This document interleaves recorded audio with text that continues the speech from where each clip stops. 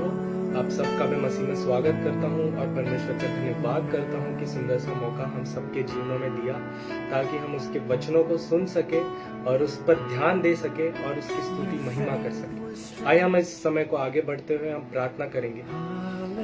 परमेश्वर पिता, हम तेरा धन्यवाद करते हैं प्रभु की सुंदर सा समय, सुंदर सा दिन हमारे जीवनों में दिया। प्रभु हम तेरा धन्यवाद करते हैं कि तूने हम सबको सुरक्षित रखा, हम सबको बचाए रखा खुदा, और तेरे वचनों को हमेशा सुनने में मदद किया। प्रभु तेरा धन्यवाद करते खुदा, आज का समय जो भी मैं कहूँ, जो भी मैं बयां कर सकूं प्रभु, बल्कि मेरे बोल नहीं परंतु सिर्फ तेरे बोल हुए प्रभु, और तू मेरे द्वारा हम सबों के बीच में बात कर पाए और तेरे वचनों को हमारे बीच में बयां कर पाए। इसका हम विनती करते हैं और हम तेरा शुक्रिया अदा करते प्रभु कि तूने हम सबको चुना है। छोटी सी दुआ आपके प्यारे मीठे नाम से मांगते हैं, सुने कबूल कीजिए। Praise the Lord. आइए हम आगे बढ़ते हुए मैं आपको वचन शेयर करना चाहता हूँ जो परमेश्वर ने मेरे जीवन में दिया इस सुंदर से समय में। और जो मेरा वचन है उसका टाइटल है सब कामों का एक निश्चय समय।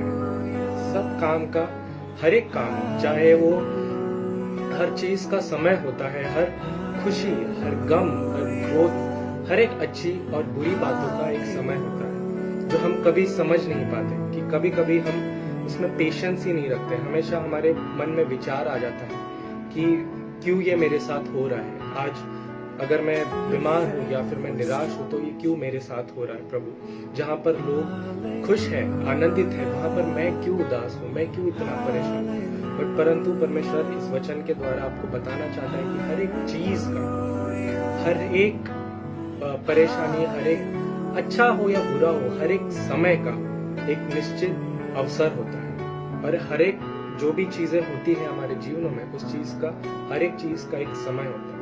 और वो कैसे होता है मैं आपको वचन के द्वारा बताऊंगा जो आपको मिलेगा सबोदेशक उसका 3 और उसका 1 से 12।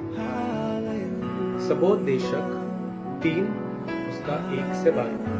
और वचन कहता है हर एक बात का एक अवसर और प्रत्येक काम का जो आकाश के नीचे होता है एक समय होता है। जन्म का समय और मरण का भी समय, बोने का समय और बोए हुए का उखाड़ने का भी समय, घात करने का समय और चंगा करने का भी समय, दाढ़ देने का समय और बनाने का भी समय, रोने का समय और हंसने का भी समय, छाती पीटने का समय और नाचने का भी समय, पत्थर फेंकने का समय और पत्थर बटोरने का समय, गले लगने का समय और गले लगने से रुकने का समय, ढूंढने का समय और खो देने का भी समय, बचा रखने का समय और फेंक देने का भी समय, फाड़ने का समय और सीने का भी समय, चुप रहने का समय और बोलने का भी समय, प्रेम करने का समय और बैर रखने का भी समय, लड़ाई का समय और मेल का भी समय।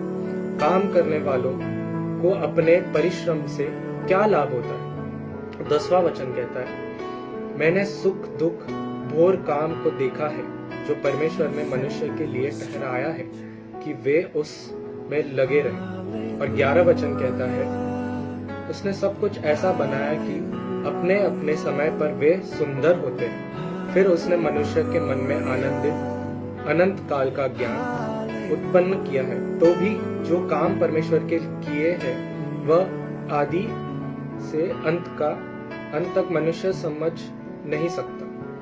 और 12 वचन कहता है मैंने जान लिया है कि मनुष्य के लिए आनंद करने और जीवन भर भलाई करने के सिवाय और कुछ भी अच्छा नहीं है। Praise the Lord. इधर जो परमेश्वर का वचन कहता है साफ साफ लिखा है कि हर एक चीज का समय, हर एक खुशी का समय, रोने का समय, छाती पीटने का समय, खुशी से नाचने का समय, गीत गाने का समय, रोने का समय, हंसने का समय, गले मिलने का समय और कितने सारे समय। जैसे लिखा है वचन कहता है सबका समय आता है। और जैसे राजा सोलोमन जो यहाँ पर 12 वचन है वो मैं जान लिया हूँ, जो व्यक्ति है वो राजा सोलोमन है जो हम सबसे कह रहा है कि मैंने जान लिया है कि मनुष्य के लिए आनंद करने और जीवन भर भलाई करने के सिवाय और कुछ भी नहीं। Praise the Lord. For example आपको एक उदाहरण देना चाहता हूँ। जो है हाथी। हाथी ही सबसे एक ऐसा प्राणी है जो परमेश्वर ने बनाया है जिसका जो बर्थ टाइम है सबसे ज्यादा है, इवन मनुष्य से, इवन बाकी जानवरों से। उसका बर्थ टाइम 660 या फिर 670 दिन होता है, यानी कि ऑलमोस्ट 1 साल से ज्यादा। आप इमेजिन नहीं कर सकते कि 1 साल अगर अपने बच्चे को अपने पेट में रखना और इंतजार करना कि कब वो बाहर आएगा, कब मैं उसको देखूंगी, अब बहुत मुश्किल हो जाता है ऐसे इंतजार करना। परंतु परमेश्वर सिखाता है, जैसे परमेश्वर का वचन कहता है कि सारे पशु प्राणी को मैं बुद्धि ज्ञान देता हूँ और खाने पीने का इंतजाम करता हूँ। उसी तरह परमेश्वर ने उन्हें ज्ञान दिया है कि उतना समय तक उन्हें सब्र करना है, इंतजार करना है, और वो जानते हैं कि मुझे ये समय तक सब्र करना ही पड़ेगा, क्योंकि उसी के बाद जो परमेश्वर फल देता है सबसे सुंदर होता है, सबसे अति उत्तम होता है। उसी तरह हमारे जीवन में भी ऐसे परीक्षाएं आती है कि हम कभी समझ नहीं पाते कि हम इंतजार करें तो क्या करें, किस चीज का इंतजार करें। कभी कभी ऐसे परीक्षाएं आ जाती है कि हम रो पड़ते, हम परेशान हो जाते हैं, और कभी कभी हम अपने समझ के अनुसार काम करने बैठ जाते हैं जो परमेश्वर को कभी भाता नहीं है। हालेलुया। उसी तरह हम आगे बढ़ेंगे। मेरा दूसरा वचन है 1 कोरिन्थियों चैप्टर 6 और उसका वर्स 19 to 20। 1 कोरिन्थियों उसका 6वां अध्याय और उसका 19 और 20 वचन ऐसा कहता है, क्या तुम नहीं जानते कि तुम्हारा देह पवित्र आत्मा का मंदिर है जो तुम में बसा हुआ है और तुम्हें परमेश्वर की ओर से मिला है और तुम अपने नहीं हो। ये बहुत गहरा वचन है। इसमें साफ साफ लिखा है कि हमारा जो शरीर है वो हमारा नहीं है। आप इमेजिन कर सकते हो कि हम जो सांस लेते हैं, हम जो चलते हैं फिरते हैं, हम काम करते हैं, जो भी हम कमाते हैं, जो भी हम रहते हैं, वो शरीर जिसके द्वारा हम जो भी चीजें करते हैं वो हमारा नहीं है, वो परमेश्वर का दिया हुआ। और 20वां वचन कहता है, क्योंकि दाम देकर मोल लिया गया है, इसलिए अपनी देह के द्वारा परमेश्वर की महिमा करें। हालेलुया। परमेश्वर ने एक अनमोल दाम दिया है, एक कीमती दाम दिया है, अपना लहू से हम सबको खरीदा है। जैसे आप सब जानते हैं, ये दाम जो कभी वापस किसी और से ले भी नहीं सकता, ऐसा कीमती और अनमोल दाम देकर परमेश्वर ने हमें खरीदा है। और उसी तरह जो 19वां वचन कहता है कि ये शरीर हमारा नहीं है, परमेश्वर का देह है। यही रीजन है कि हमारा देह परमेश्वर का मंदिर है और हम अपने नहीं हैं। फॉर एग्जाम्पल, अगर हम अपना फोन देखते हैं, हम दिन भर के दिन हम अपना फोन यूज करते हैं, इंस्टाग्राम अकाउंट चलाते हैं, फोन करते हैं, व्हाट्सएप चलाते हैं, और बहुत सारी चीजों में हमेशा ऐप लॉक्स होते हैं। फोन में सिक्योरिटी रहता है, हम कभी किसी और कोई और हमारे फोन को कभी ऑपरेट नहीं कर सकता, क्योंकि ये हमारा फोन है। एक पर्टिकुलर इंसान का फोन है जो सिर्फ वो ही ऑपरेट कर सकता है। ये हक उसे तब मिला जब वो अपना मोल देकर उसने खरीदा, अपने पैसे को देकर उस चीज को वो खरीदा, और उस चीज का हक सिर्फ उसी इंसान का।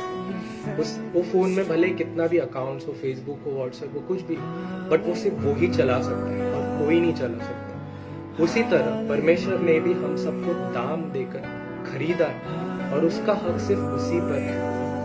आप सब समझ रहे हो? Hallelujah, praise Lord. उसी तरह की परमेश्वर जो हमें खरीदा है, हमारा जीवन, हमारा शरीर, हमारा सब कुछ सिर्फ उसी का दिया हुआ है, और वो ही हम सब पर हक रखता है।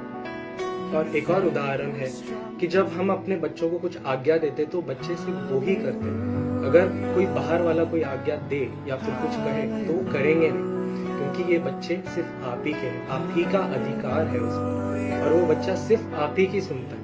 भले आप कुछ भी करें या फिर सामने वाला भी अगर कुछ भी कहे, परंतु बच्चा सिर्फ आप ही का सुनेगा, क्योंकि आपने मोल लेकर उसे खरीदा है, अपना प्यार देकर उसे आपने पाया है, और वो बच्चा सिर्फ आप ही का अधिकार है। वैसे हम भी परमेश्वर के बच्चे हैं और हम ही उसी के अधिकार हैं। और जैसे परमेश्वर कहता है 19वें वचन में कि क्योंकि तुम नहीं जानते कि तुम्हारा देह पवित्र आत्मा का मंदिर है, और पवित्र आत्मा का मंदिर जब होते हैं तो क्या हम कभी पाप कर सकते हैं, गलत काम कर सकते हैं? जब हम मंदिर में, जब हम चर्चेस में जाते हैं, हम इतना अपने आप को स्वच्छ बना देते, इतना अपने आप को हम इतने नर्म और धर्मी बना देते कि लगे कि हाँ, हम भवन में आए। तो सोचो जब हम भवन में जाते हैं, जब हम ऐसे बिहेव करते हैं, तो हमारा शरीर ऐसा बिहेव नहीं करना चाहिए। सोचो कि जब हम बाहर जाते हैं, हम दिखाते कि हाँ हम धर्मी हैं, क्योंकि हम क्रिश्चियन हैं, हम परमेश्वर ने हमें खरीदा, बट हमारा शरीर भी वो दिखाना चाहिए, जैसे हम रहते हैं, जैसे हम कपड़े पहनते हैं, जैसे हम व्यवहार करते हैं, जैसे हम काम करते हैं, उसी तरह हमें दिखाना चाहिए, हमें जताना चाहिए कि हमारा शरीर भी परमेश्वर की ही मंदिर है। जैसे हम मंदिरों में जाते हैं, वैसे परमेश्वर हमारे हृदय में आते हैं, परमेश्वर हमारे मनों में आते हैं, ठहरते हैं। वचन कहता है कि तेरा दिल मेरा घर है, तेरा मन मेरा घर है। उसी तरह परमेश्वर ने हम सबको खरीदा है ताकि हम स्वच्छ रहे, हम उसकी आज्ञाओं में चले और हम में कोई गंदगी ना रहे, और अगर गंदगी रहे भी हम परमेश्वर से उस चीज का हम प्रायश्चित करें और हम उससे आगे बढ़ सके और ये विश्वास रखें कि परमेश्वर हमें हमेशा बदलता है। Hallelujah, praise Lord. और उसी तरह हम आगे बढ़ेंगे हमारे आखिरी वचन पर जो मिलेगा, यूहन्ना उसका 7वां अध्याय और 38 वचन। जॉन चैप्टर 7 वर्स 38 और 38 में ऐसा लिखा है, जो मुझ पर विश्वास करेगा, जैसा पवित्र शास्त्र में आया है, उसके हृदय में से जीवन के जल की नदियां बह निकलेगी। Hallelujah, praise the Lord. अगर वचन के अनुसार हम विश्वास करते हैं परमेश्वर में, तो परमेश्वर कहता है कि उसके हृदय में से जीवन की जल की नदियां निकलेगी। हालेलुया। कोई क्यों नहीं चाहता कि जीवन की नदियां हमारे पास रहे? हालेलुया। वचन कहता है कि मुझ पर विश्वास रखो। और हमारा विश्वास कैसा होना चाहिए और क्या होना चाहिए हमारा विश्वास? हमारा विश्वास ऐसा होना चाहिए कि अगर मैं बीमार हूं तो मेरा विश्वास लाए कि परमेश्वर मुझे बचाएगा, भले मैं कितना भी बीमार हूं। अगर बाहर राशन की कमी है तो मेरा विश्वास ऐसा होना चाहिए कि चाहे कुछ भी हो जाए, चाहे अकाल आ जाए, मेरे पास जितना भी मेरे घर पे है वो काफी है, क्योंकि परमेश्वर उसको डबल ट्रिपल और दुगना रीति से बढ़ाएगा। और अगर चर्च बंद करे जा रहे हैं और अगर बोलते हैं कि चर्च बंद किया जाए, तो मेरा विश्वास ऐसा होना चाहिए कि चाहे कितने भी कोई भी लोग आ जाए, मैं अपना परमेश्वर का भवन खुला रखूंगा उन लोगों के लिए जो लोग चाहते हैं कि वो भवन में आ सके, प्रार्थना कर सके। और अगर मैं चर्च नहीं जा पा रहा हूँ तो मेरा विश्वास ऐसा होना चाहिए कि मैं घर पे रहकर प्रार्थना करूं, जो प्रार्थना में भवन में जाके करता था। अगर मैं बीमार हूँ और अगर मेरा परिवार प्रभु में विश्वास में नहीं है, तो हमारा विश्वास ऐसा होना चाहिए कि अगर मैं प्रार्थना में आगे बढ़ूं तो मेरा परिवार भी आगे बढ़ेगा। अगर मैं गलत काम किया हूं या फिर मैं कर रहा हूं, तो हमारा विश्वास ऐसा होना चाहिए कि मैं प्रायश्चित करूंगा तो मेरा प्रभु, मेरा पिता मुझे जरूर क्षमा करेगा। अगर मैं प्रभु में विश्वास रखता हूँ तो मेरा विश्वास ऐसा होना चाहिए कि चाहे कुछ भी हो जाए, चाहे कुछ भी बीमारी आ जाए, मुझे कुछ नहीं हो सकेगा, क्योंकि परमेश्वर ने, जैसे वचन में लिखा है कि उसने लहू से, उसने मोल देकर हमें खरीदा। और जब हम परमेश्वर के हैं तो हमें क्या कुछ हो सकता है? कुछ नहीं हो सकता। और इसीलिए हमें विश्वास रखना जरूरी है। जैसे पीटर परमेश्वर पे विश्वास रख के वो नदी पे वो समुद्र में चला, परंतु जब उसका विश्वास डामाडोल हुआ तो गिरने लगा, वो डूबने लगा। परंतु परमेश्वर ने कहा कि तू विश्वास मुझ पर से क्यों हटा रहा है?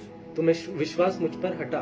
जब तक पीटर का विश्वास परमेश्वर पे था, वो समुद्र पे चला, बट जैसे उसका विश्वास डामाडोल हुआ, वो गिरने लगा। उसी तरह हमारा जीवन भी गिरने लग जाता है जब हम अपना विश्वास कम करने लगते हैं। जैसे हम अपना विश्वास कम करने जाते हैं, वैसे हमारे मन में परेशानी आती है, और जैसे परेशानी आती है तो हम परीक्षा में पढ़ते हैं, और परीक्षा में जैसे पढ़ते हैं, और जैसे वचन में लिखा है कि हमें पेशेंस ही नहीं रहती, क्योंकि हर एक चीज का समय होता है। अगर अभी भी आपके जीवनों में परेशानी है तो आप विश्वास कीजिए कि परमेश्वर किसी मकसद से इस परेशानी को रखा है। इसलिए सोलोमन राजा 12 में यही कहते हैं कि आनंदित रहे, और जीवन भलाई के लिए ही है और कुछ भी नहीं, क्योंकि परमेश्वर ने हमें मोल देके खरीदा है और उसका जीवन, हमारा जीवन सिर्फ उसी का ही है। और हमें किसी चीज की चिंता नहीं करना है, हमें सिर्फ इंतजार करना है, बट उस इंतजार की घड़ी में हमें आनंदित रहना है, परमेश्वर के प्यार को परखना है और उसकी सिर्फ स्तुति और आराधना करना है। चाहे कितने भी परेशानी आए, कितने भी दुख संकट आए, हमें मुस्कुराना है, हमें आनंदित शांत रहना है और आगे बढ़ते जाना है, क्योंकि शैतान हमेशा हमें नीचे खींचने की कोशिश करता है, परंतु वो यही समय होता है कि हम परीक्षा में ना पड़े और उसकी वचनों को लेकर हम आगे बढ़ते हैं। Hallelujah, praise the Lord. मैं आशा करता हूं कि जो भी मैंने वचन दिया, इस वचन के द्वारा आप सबको कुछ नया सीखने को मिला होगा और परमेश्वर ने आप सबके जीवनों में बात की होगी, इसका मैं आशा करता हूँ। आइए हम एक छोटी सी दुआ करके हम इस समय को हम खत्म करते हैं। प्रभु, हम तेरा धन्यवाद करते हैं खुदा कि तूने सुंदर सा मौका दिया प्रभु, और मैं जानता हूँ खुदा कि मैं परफेक्ट नहीं हूँ, मेरे में बहुत इम्परफेक्शंस है खुदा, बट सिर्फ तेरा प्यार ही है, तेरा अनुग्रह ही है जो मुझ पर है और मुझे परफेक्ट बनाता है खुदा। जो भी आज मैंने बोला है, जो भी मैंने गलतियां की है प्रभु, इसके लिए मैं क्षमा चाहता हूँ खुदा, और मैं वादा करता हूँ प्रभु कि जो भी मैंने गलतियां की है उन गलतियों को निकाल कर आगे बढ़ूंगा, सिर्फ तेरी स्तुति महिमा करके तेरे वचनों को और अच्छी रीति से सुनूंगा। और मैं उन सब का धन्यवाद करता हूँ और मैं प्रार्थना करता हूँ सब परिवारों के लिए जो आज इस वचन को सुनने पाए और उनके जीवनों में काम होने पाए प्रभु। और मैं आशा करता हूँ कि जो भी इन दिनों में जो भी परेशानियां आएगी, हमारा विश्वास दृढ़ रहेगा, हमारा विश्वास एक चट्टान जैसा मजबूत रहेगा। और मैं प्रार्थना करता हूँ सब परिवारों के लिए जो परेशानी में जूझ रहे हैं, जो परेशानी में है खुदा, ये हम सब का विश्वास है प्रभु कि तेरा लहू से हम सब बचाए गए हैं और हमें किसी चीज की हानि नहीं पहुंचेगी प्रभु।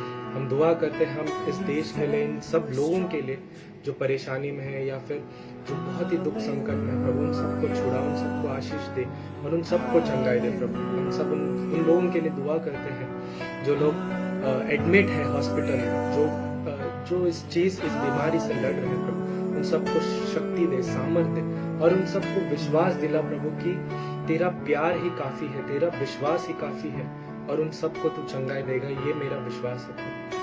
छोटी सी दुआ आपके प्यारे मीठे नाम से मांगते हैं, सुनकर कबूल कीजिए। हम प्रेज़ द लॉर्ड।